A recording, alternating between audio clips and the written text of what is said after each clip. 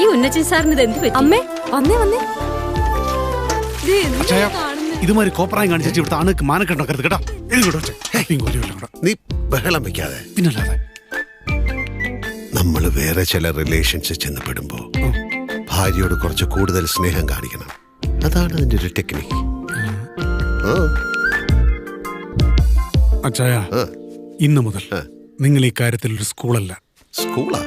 സ്കൂളല്ല, ഒരു സർവകലാശാലയാണ്. ഓഹോ.